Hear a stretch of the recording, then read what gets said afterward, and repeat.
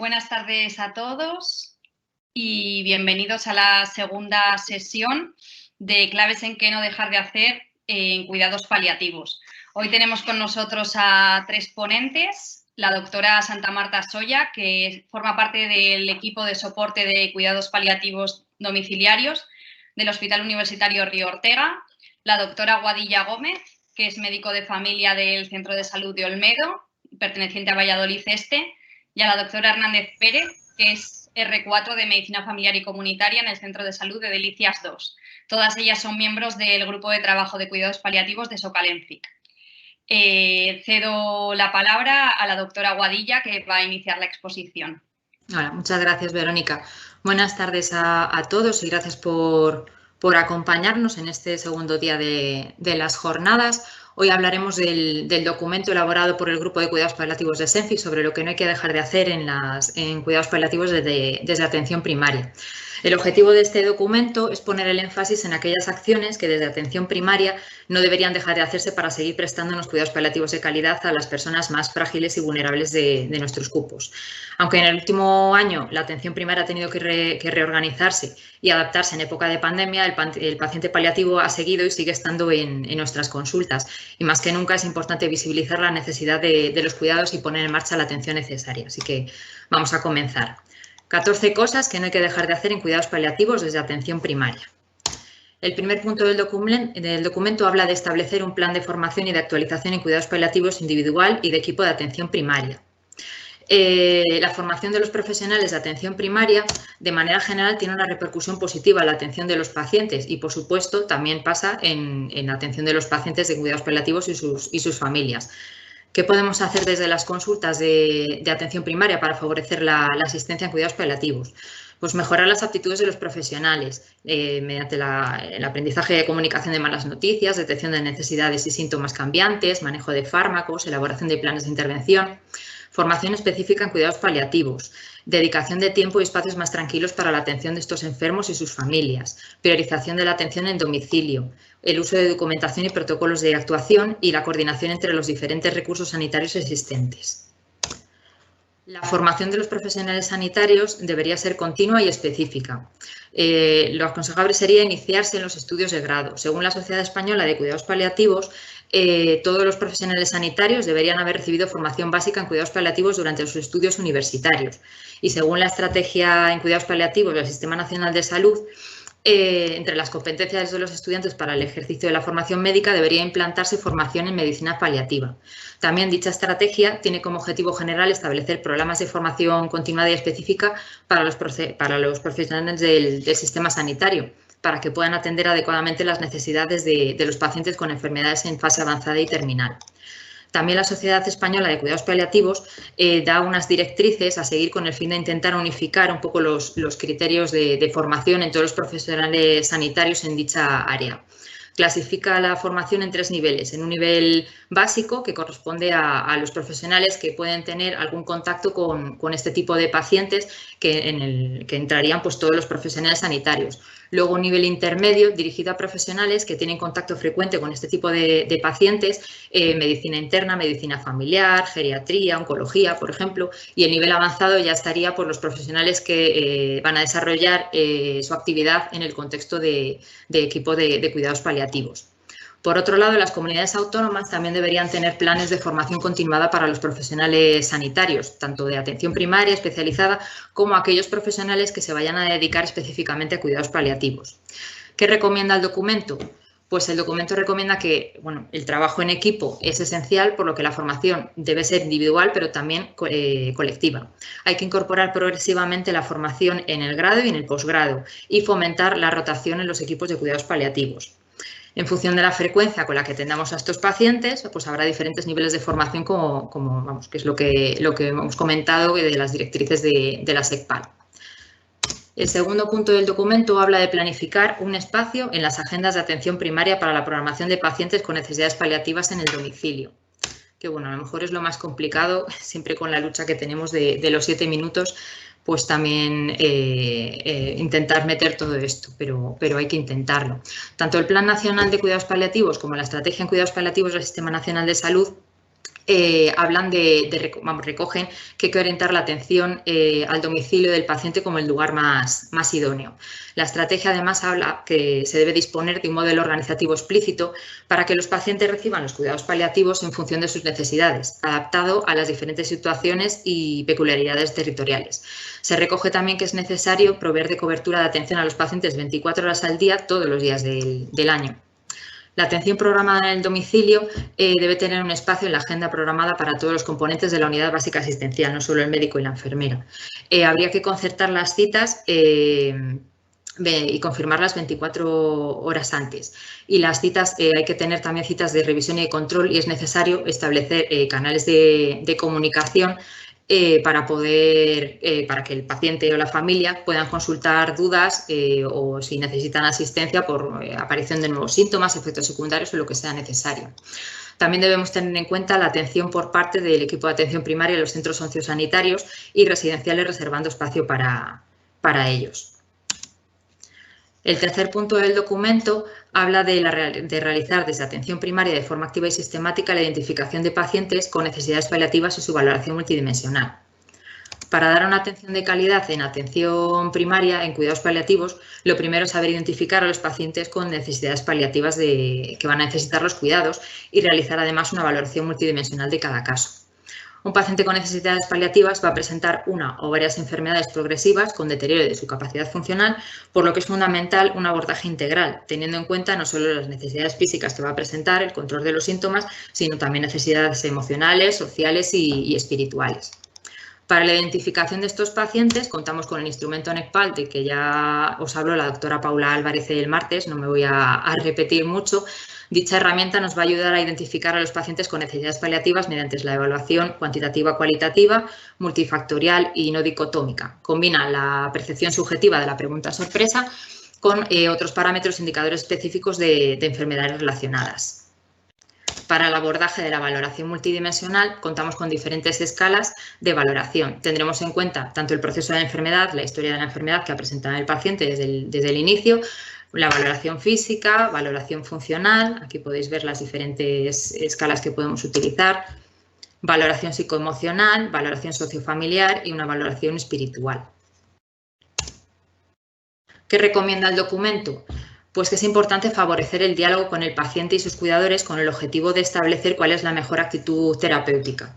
El enfoque paliativo debe ser compatible con el tratamiento específico de la enfermedad y los procesos intercurrentes que puedan aparecer.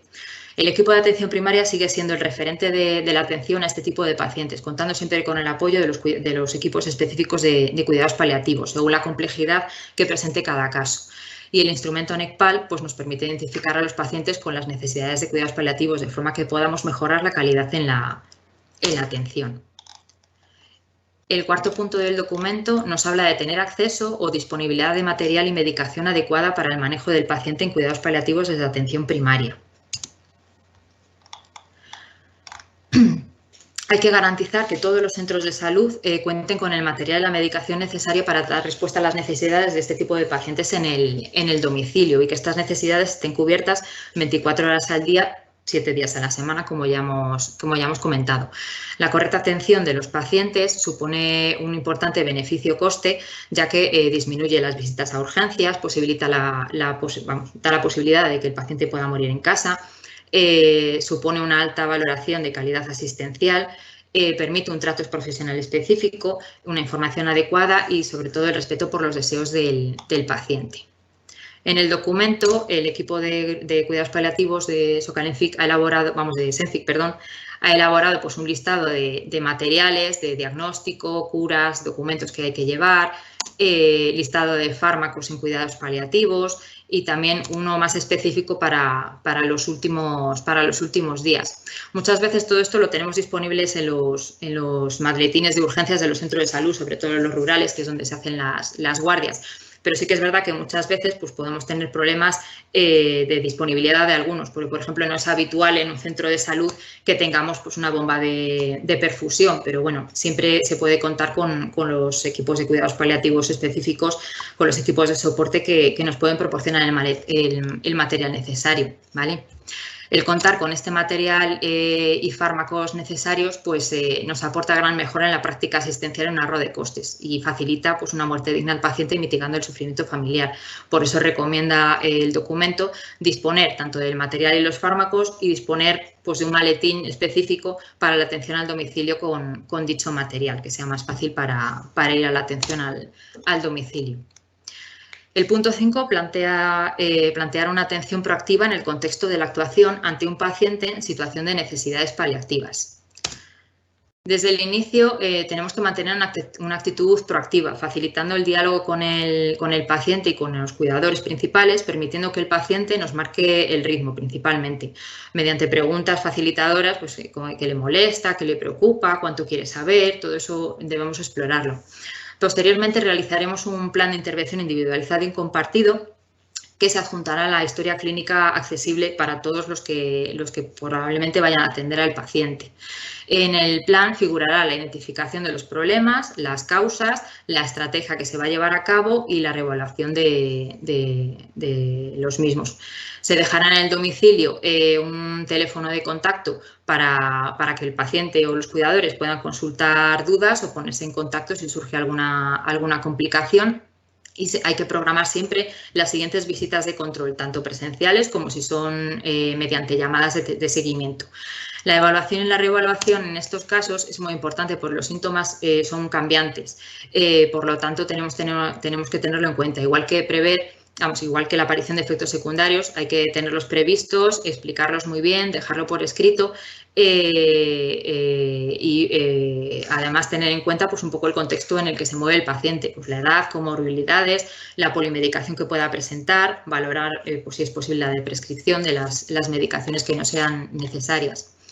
Va a haber un incremento de las necesidades sociosanitarias en este tipo de pacientes y esto precisa de la coordinación con trabajo social para gestionar las ayudas y los recursos.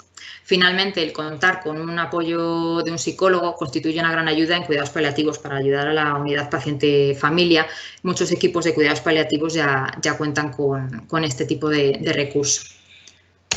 Respecto al plan de intervención individualizado y compartido, este se va a establecer respetando las preferencias de los pacientes, abordando todas las dimensiones e involucrando a todos los profesionales del equipo de atención primaria y los equipos de soporte si es necesario. Tiene que incluir el control de síntomas, un plan de cuidados de enfermería individualizado, la planificación de decisiones anticipadas y decisiones compartidas, educación de la unidad paciente-familia en los hábitos y cuidados, el apoyo emocional y comunicación, la intervención psicológica específica y un plan de atención de las necesidades sociofamiliares. Todo esto está recogido en el proceso de asistencial integrado en cuidados paliativos que os lo podéis descargar de la página del SACIL si queréis ampliar un poquito más la información al respecto. Viene muy bien explicado y detallado. ¿Qué recomienda el documento de SENFI? Evaluar las necesidades del paciente y la familia, establecer el plan individualizado y compartido y registrarlo en la historia clínica accesible, contacto telefónico para las consultas y dudas que puedan surgir, instruir al paciente y al cuidador, programar las visitas y las consultas siempre y siempre contactando con ellos 24 horas antes para confirmar esas citas, reevaluar los síntomas, sobre todo tras los cambios del tratamiento, y realizar un abordaje multidisciplinar de manera consensuada y coordinada, integrando además del médico y la enfermera, pues el trabajo social o psicólogo o el profesional que sea necesario. Voy a dar paso a la doctora Elena Hernández, que va a continuar con los siguientes puntos del documento. ¿Vale? Así que, doctora Hernández, cuando quieras.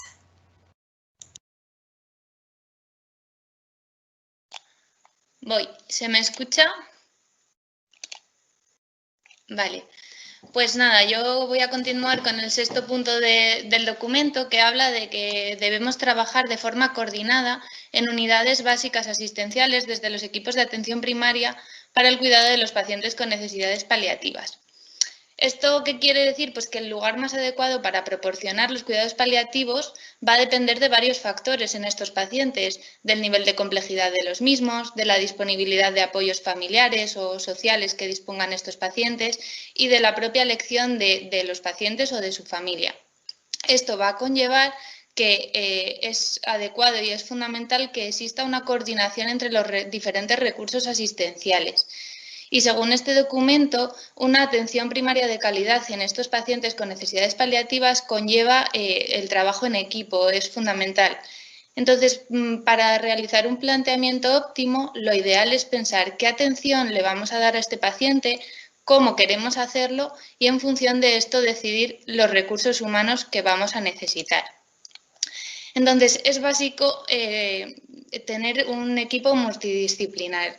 En esto entendemos que un equipo de estas características es aquel que lleva la actividad compartida entre diferentes profesionales de un mismo equipo. Esto va a llevar a un aumento de la eficiencia y a una disminución de las cargas de trabajo, siendo un equipo elástico que pueda distribuir el trabajo de manera más equitativa en función de las capacidades de cada profesional y así poder llegar mejor al paciente. Nosotros consideramos, o el documento considera que la unidad básica asistencial debe estar ampliada en los pacientes paliativos, entonces se va a llevar a cabo con medicina, enfermería, pero también deben de estar al tanto los administrativos, el trabajador social y la psicología clínica.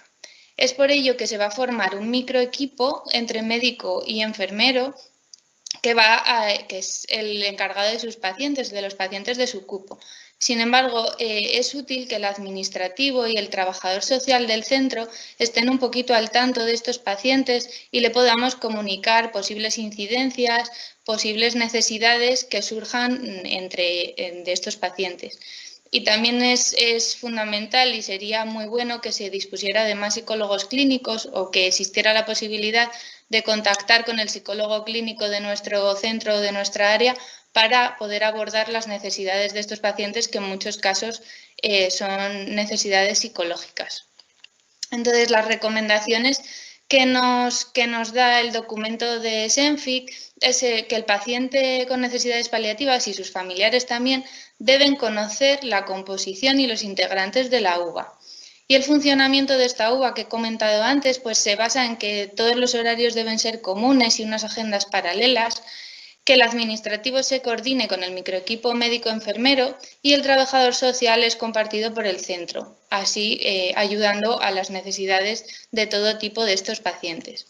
La división de actividades debe ser flexible, basada en las capacidades de cada personal que esté formado en las diferentes cosas y en sus habilidades. La gestión debe ser compartida para realizar una planificación de casos complejos, consenso de actuaciones, los diferentes circuitos de actuación y lo ideal, que a día de hoy es muy complicado, pero lo ideal sería tener un espacio y un tiempo reservados para la revisión de estos pacientes. El séptimo punto nos habla de planificar un adecuado control de síntomas en estos pacientes. Entonces, para planificar la atención sintomática en los pacientes con necesidades paliativas hay dos puntos que son muy importantes. Es la visión integral, la mirada paliativa, valorarle en su conjunto siempre y que el paciente y los familiares estén en el centro, sean nuestra prioridad. Estos dos puntos nos va a llevar a facilitar cumplir los deseos de estos pacientes o de su familia y nos va a orientar la labor y la implicación que debemos llegar con este paciente del equipo en conjunto.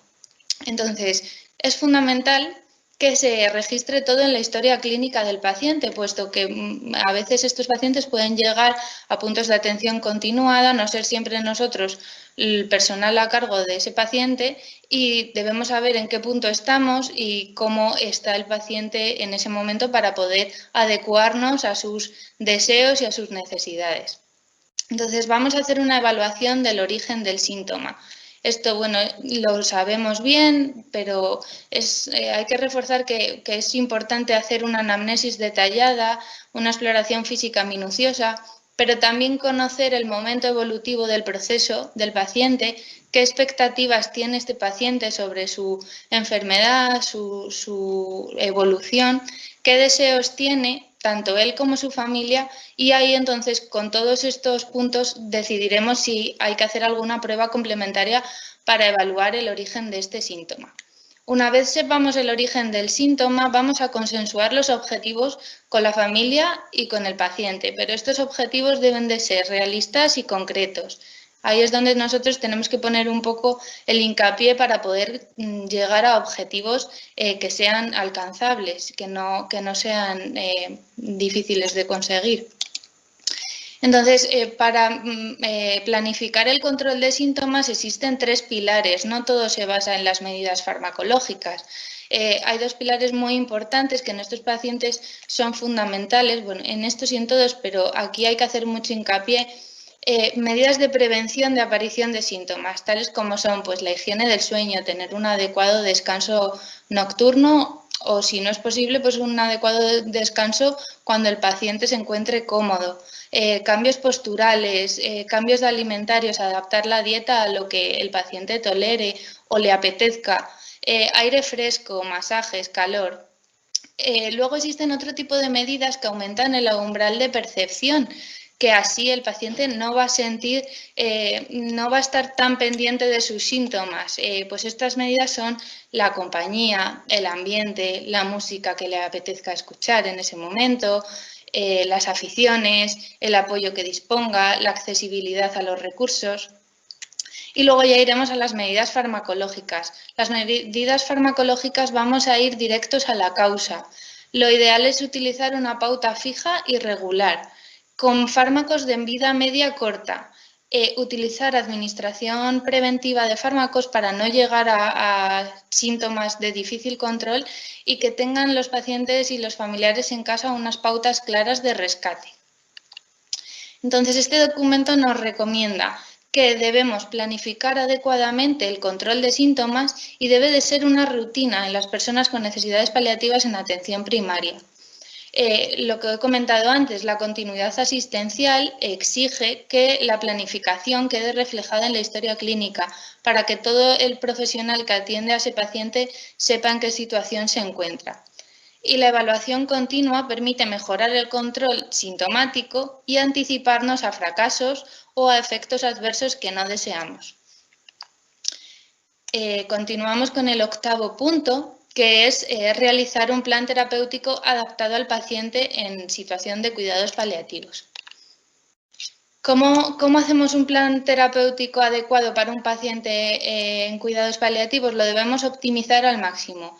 Eso conlleva individualizarlo al propio paciente, a sus deseos, lo que hemos comentado antes, y adaptarnos a los cambios, puesto que estos pacientes cambian de manera rápida, sus síntomas son muy fluctuantes y hay que estar por delante de ellos o intentarlo al menos.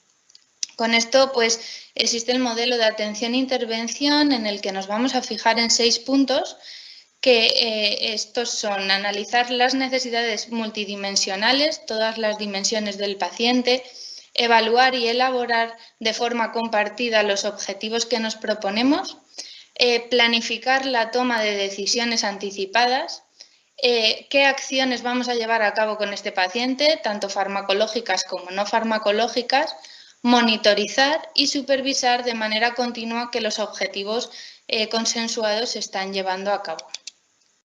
Entonces, las dimensiones del paciente son varias y todas iguales de importantes. Está la física, la psíquica, la social, la espiritual, y con ello nos vamos a proponer unos objetivos. Estos objetivos deben de tenerse siempre en cuenta y por encima de todos los valores y las preferencias del paciente, pues es el eje central de nuestra atención.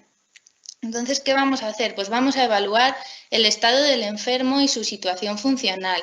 Vamos a revisar en qué situación de enfermedad está, qué objetivos e indicaciones de tratamiento tiene en ese momento, el pronóstico de la enfermedad, la probabilidad de respuesta al tratamiento, el balance toxicidad-efectividad de los diferentes fármacos, la tolerancia, qué expectativas tiene ese paciente de los fármacos y de los tratamientos que se están empleando. Y muy importante también la situación social y espiritual del paciente. Entonces, ¿qué nos recomienda el documento? Pues que debemos llevar a cabo un modelo de valoración que incluya todas las necesidades y que debemos tener un sistema de clasificación de los problemas encontrados. La valoración integral de los pacientes debe de ser de la unidad familiar, porque es muy importante Identificar al cuidador principal y que esté incluido en el plan terapéutico que adaptemos al paciente, pero también al cuidador, que es el que se va a encargar de dar los cuidados y el tratamiento. Debemos tener un sistema de monitorización que nos permita evaluar la satisfacción del paciente y de la familia con el proceso y con el resultado de los cuidados que le estamos dando. Siempre debemos hacerlo bajo los principios de autonomía y dignidad del paciente, por supuesto. Y es muy importante la comunicación para prestar una atención centrada en el paciente. Comunicarnos con él, saber qué quiere es fundamental. El 9º punto de este documento nos habla de considerar en el manejo del paciente en cuidados paliativos la adecuada prescripción y de prescripción. El objetivo de la farmacoterapia va siempre desde el control de síntomas a la prevención de los mismos. Y entonces, ¿en qué momento nos vamos a plantear retirar los fármacos? Pues siempre según la situación del paciente, cuando la situación del paciente lo requiera. Entonces, eso, nos planteamos muchas veces en estos pacientes, ¿realizamos tratamientos preventivos o curativos? ¿En qué momento hay que quitarlos? Pues hay que valorar y hay que saber que cuanto mayor fragilidad, estos pacientes en cuidados paliativos son muy frágiles, más posibilidades hay de efectos adversos. Existe hasta un 40-50% de casos en los que se utiliza medicación innecesaria. ¿Qué llamamos medicación innecesaria? Pues aquella que no tiene una indicación clara, que no se sabe exactamente el beneficio terapéutico, que la dosis o la duración es excesiva o que aparecen efectos adversos. Entonces, si tenemos un paciente en situación de final de vida, lo que hay que hacer es reevaluar la utilización de los fármacos que estamos utilizando. ¿Cómo hacemos esto o cómo debemos regirnos para prescribir en estos pacientes? Pues siempre la prescripción basada en la persona. Es decir, nos basamos en la persona para plantearnos un objetivo principal, establecer un objetivo, decidir las decisiones de forma compartida con el paciente y con su familia y valorar la adherencia de este paciente al posible tratamiento. Después, una vez tengamos el objetivo, vamos a ver qué problemas tiene de salud este paciente y qué fármacos tiene prescritos. Si estos ajustan a las guías de práctica clínica o están fuera de la guía. Después vamos a fijarnos en el fármaco, si el fármaco está elegido para el objetivo terapéutico acordado. Y por último, siempre vamos a consensuar con el paciente o con el cuidador principal todos los medicamentos que vayamos a prescribir o de prescribir. Entonces, como recomendaciones, debemos conocer los fármacos que no deben iniciarse o que deben retirarse. En caso de plantearnos retirar más de un fármaco, lo debemos hacer de uno en uno para identificar los efectos adversos de la retirada. Los fármacos que prolongan la vida, pero que sin embargo no mejoran los síntomas o la calidad de vida del paciente, no son adecuados. Los fármacos de prevención primaria o secundaria en estos pacientes no están indicados, a no ser que la prevención sea a corto plazo, veamos que las expectativas de la prevención van a ser antes que la esperanza de vida del paciente. En esos casos, por supuesto, pero si vemos que son prevención a largo plazo, no tiene sentido. Debemos utilizar el menor número de fármacos posibles. Lo ideal y lo recomendado es que no se utilicen más de 5 diarios y siempre simplificar las pautas posológicas y adaptarlas a las necesidades, tanto del paciente como de los familiares. Entonces, le doy paso a Natalia Santamarta, que va a continuar con la presentación.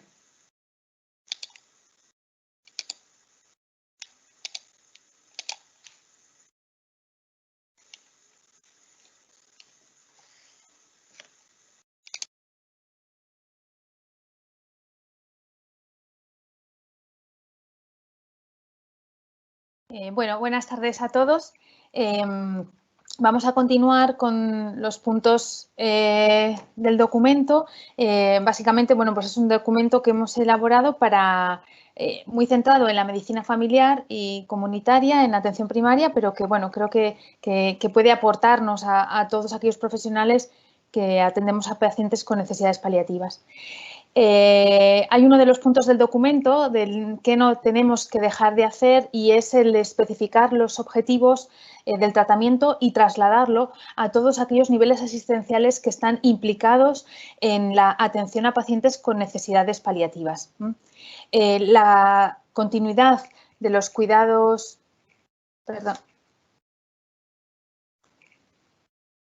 La continuidad de los cuidados paliativos durante este tipo de enfermedades y la continuidad de esos cuidados en todos los ámbitos del sistema sanitario es una necesidad básica. Y es una necesidad básica ¿por qué? Porque esa continuidad de cuidados va a ayudarnos a evitar errores en los planes terapéuticos y además va a estos pacientes y sus familias que se encuentran en situaciones de una amenaza por una enfermedad que les está haciendo sufrir, vamos a conseguir ofrecer un mayor alivio del sufrimiento.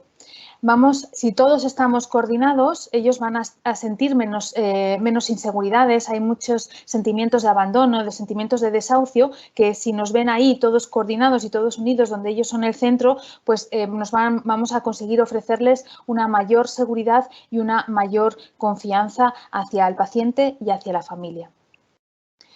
Todo ello se basa principalmente en establecer una serie de puentes entre atención primaria, entre los servicios hospitalarios, el segundo nivel asistencial y básico y necesario los servicios sociales sanitarios. Es decir, el centro, y siempre consideramos como el equipo de referencia de nuestros pacientes con necesidades paliativas, los equipos de atención primaria, pero necesitamos una coordinación con los equipos de soporte, con los equipos de servicios hospitalarios, oncología, cardiología, medicina interna, neurología, los servicios de urgencia. Es fundamental que establezcamos estos puentes y no podemos dejar de lado los servicios sociosanitarios que son claves en el manejo de estos pacientes.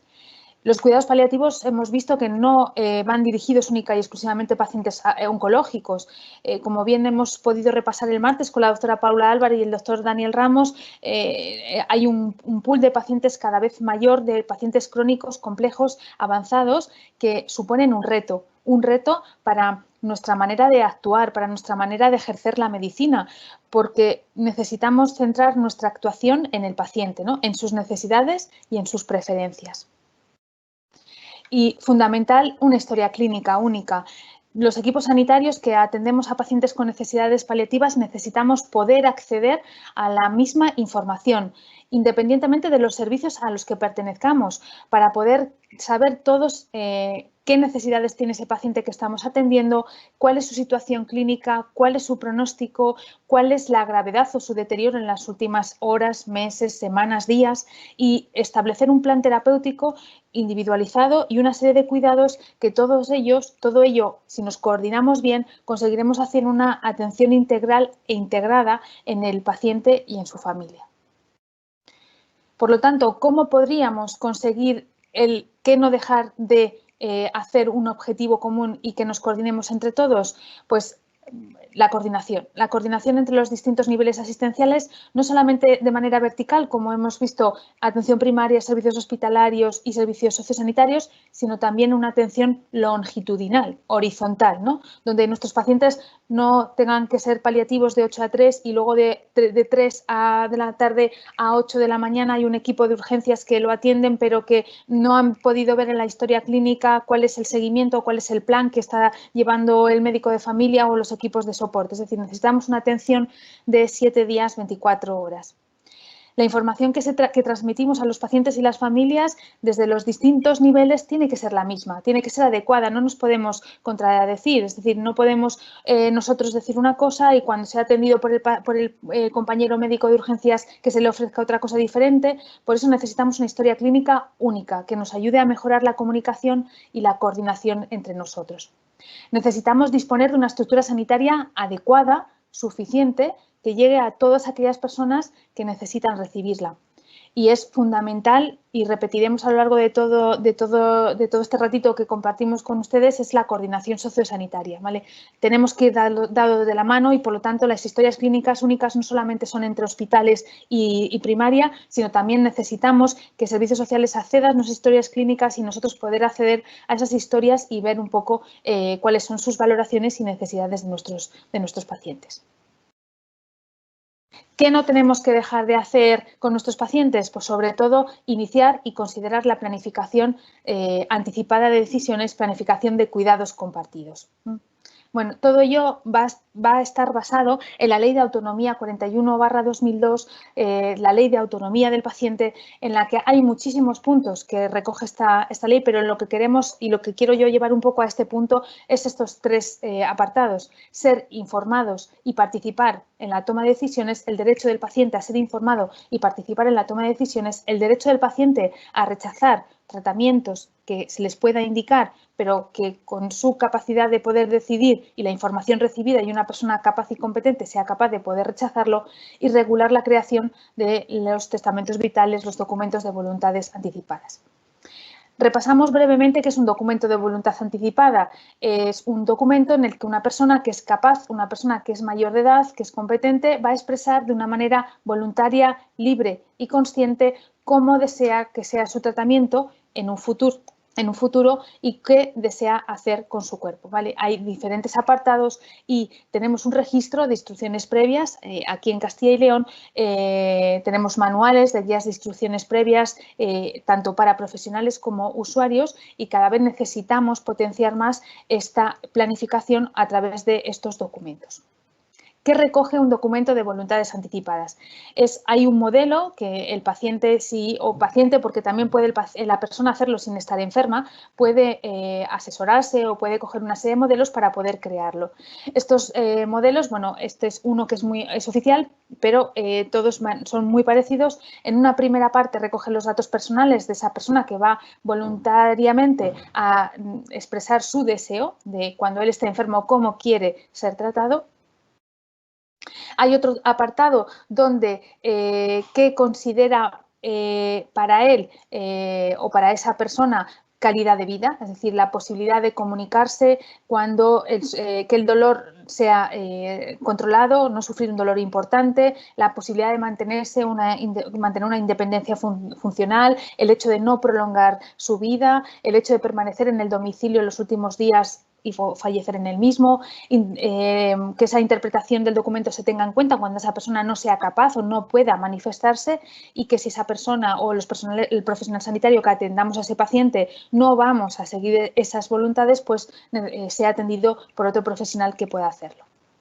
Otra parte del documento que se recoge es el de en qué situaciones esa persona quiere que se lleve a cabo esas instrucciones: enfermedades irreversibles, estados vegetativos crónicos, estados avanzados de enfermedades con pronósticos fatales, estados avanzados de demencias. Y aquí viene un poquito ya las instrucciones, es decir, esto es un modelo donde las personas pueden con un clic ir marcando los ítems que ellos consideran. Hay personas que hacen documento de voluntades desarrollados que no siguen este guión, pero básicamente todos pueden recoger un poco medidas de instrumentalización, es decir, ventilaciones mecánicas, diálisis, reanimaciones, no recibir tratamientos de soporte ni terapias que estén poco contrastadas, que se suministren los fármacos necesarios para paliar al máximo su malestar, sobre todo, bueno, pues que se le garantice una asistencia necesaria. Hay un apartado interesante que es: en el caso de que estuviese embarazada y me pasase todo lo que he descrito anteriormente, deseo que hasta que se produzca el momento del parto parar para que esas medidas no afecten al feto, que mis familiares o las personas más cercanas me puedan acompañar, el lugar donde quiere pasar el último tramo de su vida y recibir asistencia espiritual. Hay otro apartado del documento donde se manifiesta el deseo de qué hacer con sus órganos: puede ser trasplantes, investigación científica, docencia. Y ya saben que este documento tiene que ser registrado o bien en una administración, aquí en la consejería, creo que son los lunes cuando se hace ese registro de documento de voluntades, o bien ante un notario. La persona tiene que ser mayor de edad, capaz, competente y que vaya voluntariamente, y tiene que ir ante 3 testigos que no tienen que mantener una relación biológica ante posibles conflictos de intereses. ¿Dónde podemos nosotros consultar ese documento? Porque sabemos que existen, pero como médicos, ¿dónde podemos acceder a ese documento? Pues en servicio de urgencias, en los PAC, en las consultas de atención primaria. Bueno, existe ese registro de instrucciones previas a través de la página oficial del Colegio de Médicos de Valladolid. Abajo hay un pequeño, una aplicación donde le das clic, y ahí a través del número, el número de colegiado y a través del DNI podemos acceder a los documentos de voluntades de los pacientes a los que atendemos. También a través del portal de Sanidad de Salud de Castilla y León existe ese registro de instrucciones previas. El documento de voluntades anticipadas es un acto, es decir, yo relleno un papel y lo registro, ¿vale? Sin embargo, una manera que cada vez estamos desarrollando más es la planificación de decisiones anticipadas. No es un acto, es un proceso, es decir, vamos a desarrollar una situación a lo largo del tiempo reflexionando con nuestros pacientes sus valores, sus deseos, sus preferencias, de acuerdo a la enfermedad que está presentando o que está viviendo. Lo vamos a hacer con la familia, lo vamos a hacer con el paciente y lo vamos a hacer con la familia y lo vamos a registrar en la historia clínica, revisar periódicamente y de esta manera podemos conseguir una coordinación y una comunicación de lo que hemos hablado con los pacientes y las familias a los otros compañeros que en algún momento vayan a atender a nuestros enfermos. Es un pequeño cuadro chuleta, muy rápido, de la diferencia entre el documento de voluntades anticipadas y la planificación de decisiones. Ambos tienen una regulación legal, pero la planificación tiene un mayor peso de protocolo asistencial, ¿vale? Es decir, historia clínica del paciente, donde vamos a dejar reflejado todo lo que el paciente quiere que se vaya o cómo quiere que se vaya desarrollando y abordando su enfermedad. Están basados en la ley de autonomía del paciente y su elemento esencial es que es revocable. Es decir, que la última palabra del paciente va a ser la que tengamos que considerar con el paciente o con la familia. El documento de voluntades lo hace un individuo que puede estar sano o que puede estar enfermo y puede hacerlo con asesoramiento o sin asesoramiento de un profesional sanitario, mientras que una planificación lo hacemos en conjunto, el paciente, la familia y el equipo sanitario.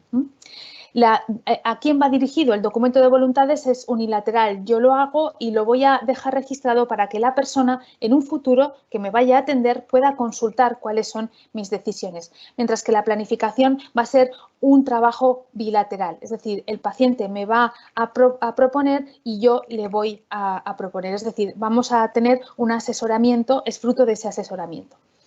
Lo que decíamos, destinatarios del documento es indeterminado, mientras que la planificación es determinada. Hay un equipo sanitario que va a ser el que va a poder recibir esa planificación. El contenido del documento son instrucciones, como hemos visto los ejemplos, y a quién van a representar, a quién van a nombrar como representante en el caso de que esa persona no sea capaz de poder decidir sobre él mismo, y el contenido de la planificación es una planificación de atención, una planificación de cuidados. Los requisitos formales del documento de instrucciones previas es un documento que hay que registrar en una administración o ante notario, mientras que la planificación necesita única y exclusivamente un registro de historia clínica que tiene un peso legal, pero que no necesitamos llevar a registrar a ningún sitio. Y lo que decíamos, lugar de depósito, un registro administrativo también en la historia clínica, mientras que la planificación es en la historia clínica.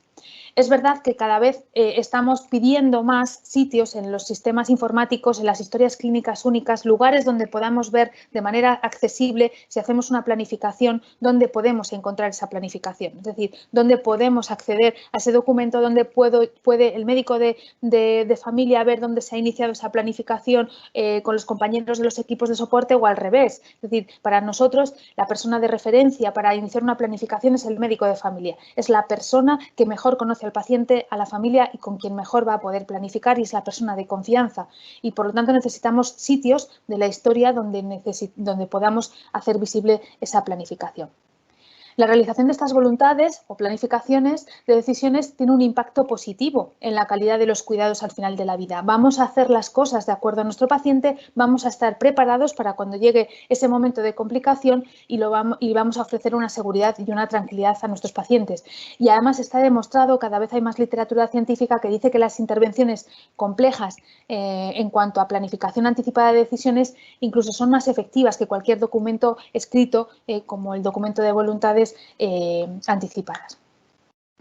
Esto es una pequeña chuleta. La planificación tiene muchísimo de desarrollo, tenemos casi 4 o 5 minutos por punto y me gustaría desarrollarlo más, pero bueno, es un poquito cómo podemos hacer una planificación de decisiones. Tenemos 3 escalones, un primer escalón donde exploramos el conocimiento qué conoce el paciente sobre su enfermedad y qué valores tiene el paciente. Aquí tenemos que preguntar qué significa para el paciente cuidados dignos. Necesitamos preguntar al paciente y que nos diga para él con quién quiere estar acompañado, quién va a ser su familia, qué equipo quiere que sea de confianza y cómo quiere él que sea ese equipo que le atienda, y vamos a desarrollar emociones y valores. En un segundo escalón desarrollaremos decisiones y objetivos de tratamiento. Síntomas en cuanto a qué síntomas significan para él sufrir, qué preocupaciones familiares tiene y cómo podemos ayudarle en esas preocupaciones. Para él, ¿quién es la imagen de cuidador principal? Hay cuidadores principales que ayudan en los cuidados, en los fármacos, en el aseo, en la alimentación, pero hay muchos cuidadores que son los que ayudan en la toma de decisiones, y hay domicilios en los que no coinciden el mismo cuidador principal en la toma de decisiones que en el cuidado personal del paciente. Dónde quiere el paciente fallecer y el tema de instrumentalización, en qué momento podemos parar o qué tipo de instrumentos quiere el paciente recibir. Y en cuanto al último escalón, estrategia final de vida, en el momento en el que ese paciente necesite una sedación con intención paliativa, si él estaría de acuerdo en recibirla, cuál es su legado, cómo le gustaría a ese paciente ser recordado, y el tema de la espiritualidad, tan importante, no tanto lo religioso, sino un poco el sentido de la vida y la dignidad.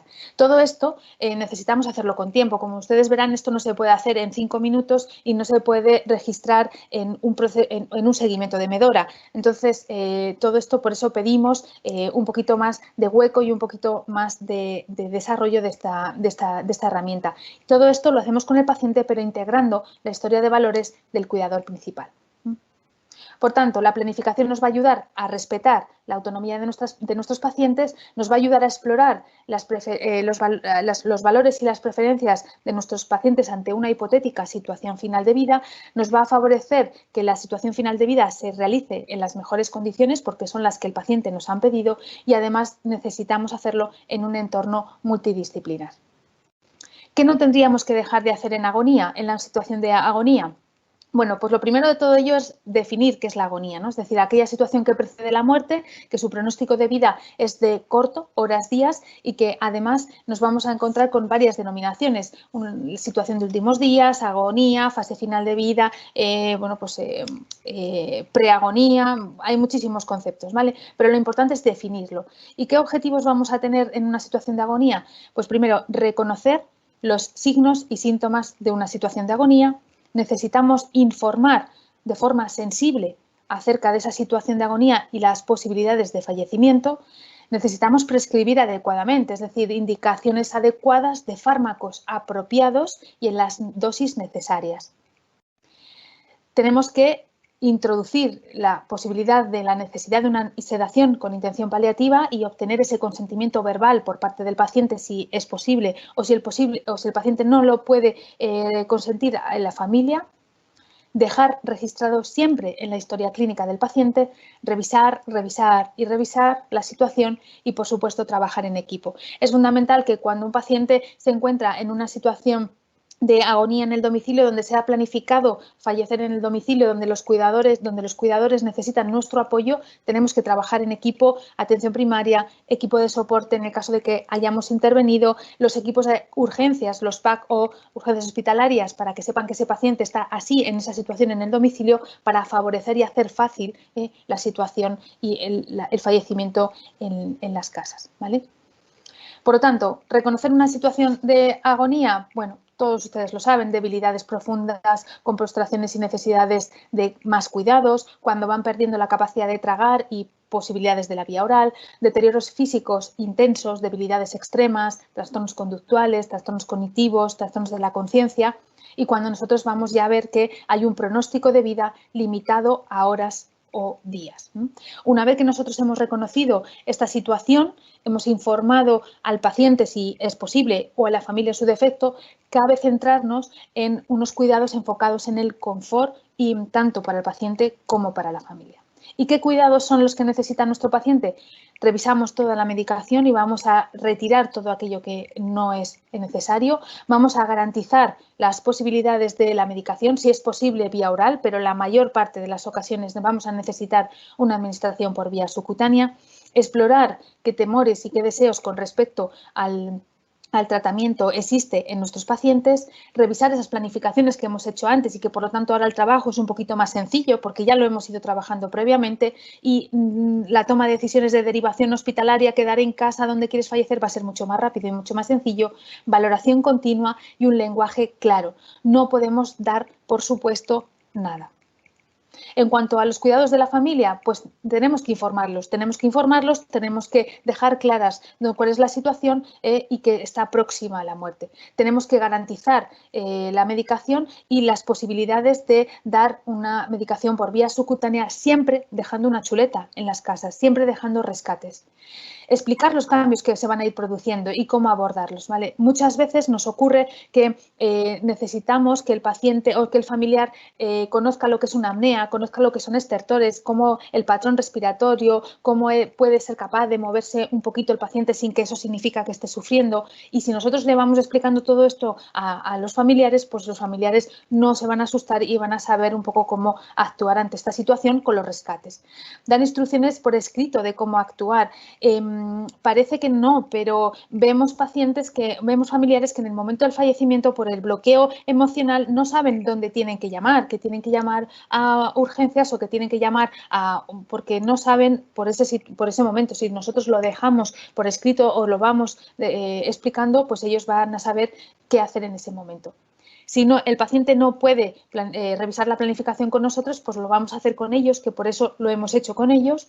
Vamos a valorar y vamos a no dar, por supuesto, nada. Es decir, cuando nosotros vamos a un domicilio y vemos un paciente que entra en agonía, aunque le hayamos estado explicando previamente que la situación iba mal o que el paciente estaba cada vez un poquito peor, tenemos que volver a sentarnos y volver a explicar en la situación en la que nos encontramos y hacia dónde vamos. ¿Cómo podemos conseguir todo esto? Pues a través de una serie de un trabajo previo a una situación de agonía. Si lo tenemos trabajado previamente, pues va a ser todo un poquito más fácil. Vamos a valorar la capacidad y la necesidad del cuidador principal. Es decir, que hay familias donde pensamos que los cuidadores no van a ser capaces de poder llevar estas situaciones y nos quitamos el sombrero ante ellos, y hay casas que nos ocurren lo contrario. Es decir, tenemos que ir valorando si esa situación, aunque se quiera llevar en el domicilio, se puede realizar. Reconocer aquellos signos y síntomas que nos pueden sugestivos de una situación de últimos días, informar a las familias demostrando siempre nuestra disponibilidad, nuestra comprensión y nuestro acompañamiento. Vamos a revisar y retirar todos aquellos fármacos que no son prescindibles y vamos a explicar los motivos. Es decir, no vamos a entrar como un elefante en una cacharrería y vamos a empezar a quitar tratamientos. Es decir, vamos a explicarlos, porque ya bastante tienen esos familiares en esa situación, ese estrés emocional, como para que encima ellos vean que cada vez se les está quitando toda esa medicación. Vamos a pautar todos los fármacos dirigidos a esos síntomas, dejar casi siempre la vía de administración adecuada, que habitualmente va a ser la vía subcutánea, y por supuesto registrarlo siempre en la historia clínica del paciente para que todos podamos llevar a cabo una actitud uniforme. 2 puntos nos quedan y ya terminamos. ¿Qué no podemos dejar de hacer en el abordaje al cuidador del paciente con necesidades paliativas? Existen 2 tipos de redes. Tenemos que explorar esas redes dentro de los domicilios y ver que existe una red informal y una red formal. La red informal pues, son todos aquellos cuidados que va a recibir por parte de la familia, el entorno, la comunidad, las organizaciones sociales, y va a suponer el 80% de esos cuidados. Y la red formal pues, formaría parte pues, de nosotros, el sistema sanitario que va a atenderle en su domicilio. Dentro de esa red informal, importantísimo cuando nosotros vamos a un domicilio, identificar quién es el papel del cuidador principal. Los estudios nos dicen que normalmente, bueno, pues el 80% van a ser mujeres de una edad media, pero fíjense, hasta un 20% de esas cuidadoras van a ser mayores de 65 años y van a tener casi la misma edad de muchos de los pacientes. Y además, gran parte de estos cuidadores no tienen una actividad laboral y suelen convivir además con el paciente y muchas veces solos, como vemos en los domicilios. Incluso esos cuidadores principales van a necesitar muchas veces ayuda por sus propios problemas de salud. Las políticas sanitarias necesitamos que reconozcan esas necesidades físicas, emocionales y espirituales y ofrecer esos recursos tanto domésticos como económicos.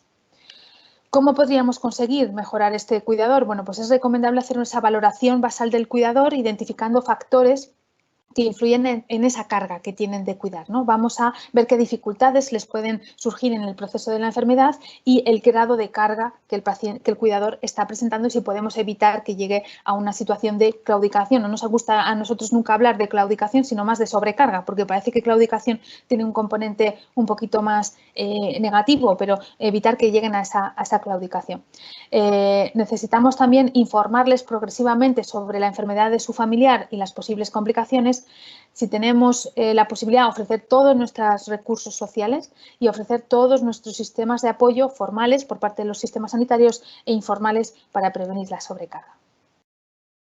Y por último, ya para finalizar, ¿qué no deberíamos dejar de hacer en las fases de duelo ante el fallecimiento de un familiar? El duelo es un proceso adaptativo normal frente a la vivencia de una pérdida de un ser querido. La forma en la que cada persona va a enfrentarse a ese duelo pues es individual, es decir, hay pacientes que pensamos que van a tener un duelo más sencillo y resulta que luego va a ser un duelo un poquito más complicado. La mayoría de estas personas pues se sobreponen a la pérdida y al afrontamiento del duelo, pero en muchas ocasiones esto puede que se complique. El impacto del duelo siempre es un proceso y además es muy difícil de poder estimar con anticipación cuánto va a durar. Lo importante es ver un poco en qué situación se encuentran y cuál es la evolución. Como recomendación siempre es el abordaje multidisciplinar, es decir, no es exclusivo de la medicina, no es exclusivo de la psicología, no es exclusivo de la enfermería, es decir, todos tenemos que ir a una intentando trabajar cuanto antes de que fallezca la persona ese posible duelo de la cuidadora para luego poder saber abordarlo.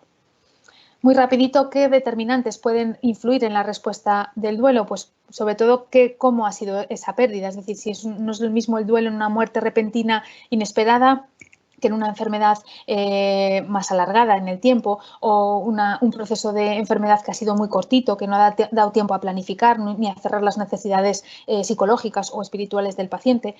Cuando la persona que ha fallecido, pues no es lo mismo un padre de familia en una fase de contracción del ciclo vital familiar que en una fase de extensión. Tampoco es lo mismo, pues eso, cuando existe muy poquito control de la situación de conflictos en una unidad familiar. Va a depender también las relaciones que existan entre los miembros de la familia y luego, por supuesto, pues las características del fallecido. No es el mismo duelo cuando el fallecido es un niño o es un adolescente, cuando es un progenitor y cuando ese progenitor tiene niños pequeños o cuando esos niños son adolescentes. Vale. Bueno, un poquito para finalizar, sé que yo me he alargado un poquito más de los 20 minutos, Isabel, discúlpame, pero ya para finalizar, bueno, como conclusión es decir que los cuidados paliativos constituyen una actividad esencial dentro de la labor de los equipos sanitarios, en este caso el que nos ocupa esta tarde de la atención primaria, ¿vale? No se trata para nosotros de una función más, ¿no? Sino que la atención a los pacientes con necesidades paliativas nos va a permitir desarrollar las cualidades que están innatas en la medicina familiar y comunitaria, es decir, la longitudinalidad, la accesibilidad, el compromiso con las personas, los compromisos éticos, el abordaje biopsicosocial.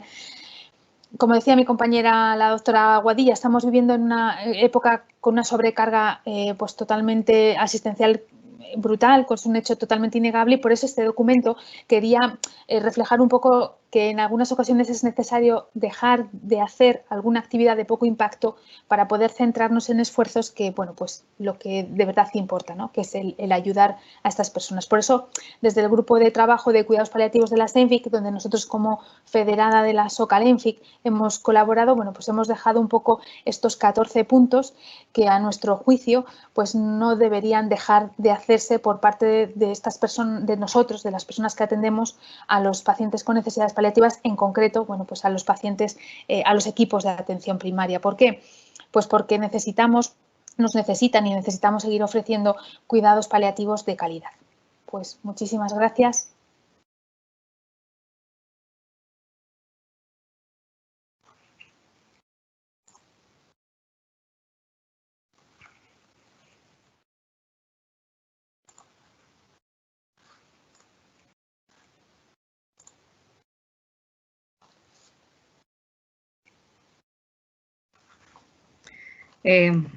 Bueno, disculpar, tenía que mi compañera empezar la pregunta. Comienzo yo. os doy las gracias, ha estado muy interesante porque yo creo que es un documento que hay que conocer.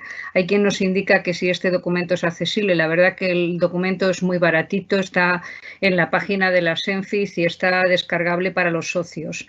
Es de los múltiples protocolos y planes que hay sobre paliativos, yo creo que han hecho unos esquemas, ¿no? bastante apropiados, ¿no? Para tener una hoja de ruta.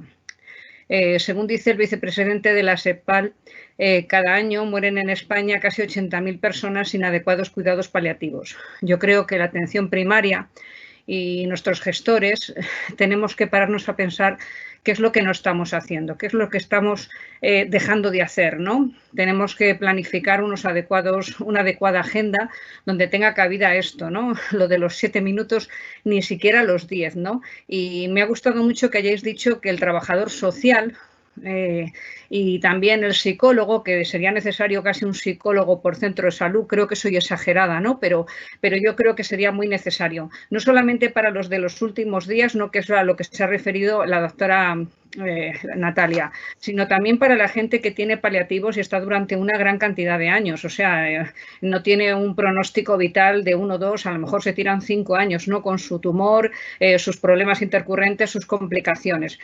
Yo una cosa que quería preguntaros, que yo creo que sí lo ha dicho Santa Marta, porque luego haremos otra pregunta que lo hará Verónica, ¿estamos realmente coordinados los equipos de atención primaria con el segundo nivel o el segundo nivel con nosotros? Cuando tenemos un paciente que no tiene previsto, no tiene los últimos días, no es la agonía, porque yo he asistido a pacientes que cuando tienen un pronóstico vital de 1 mes te encargas tú propiamente dicho juntamente con el equipo de soporte que hacéis un trabajo bastante, para aplaudir. Entonces, ¿qué pasa cuando tenemos un paciente oncológico X? ¿De qué manera nos podríamos coordinar? Porque yo pienso que algo falla en eso. Entre el equipo de atención primaria que está desbordado y tiene cantidad de pacientes, los agudos, ¿no? Y los no agudos, los crónicos y todo eso, ¿qué se podría hacer en la agenda? ¿Qué podríamos tener que nos permitiera una coordinación adecuada? Ya ha dicho la historia única, Natalia, que llevamos luchando por eso, el tener mayor tiempo para dedicarlo a los crónicos y a este tipo de personas. Entonces, ¿qué podríamos tener? Simplemente dame unas notas, Natalia, ¿no? Algo que podrías decir que se podría mejorar la agenda.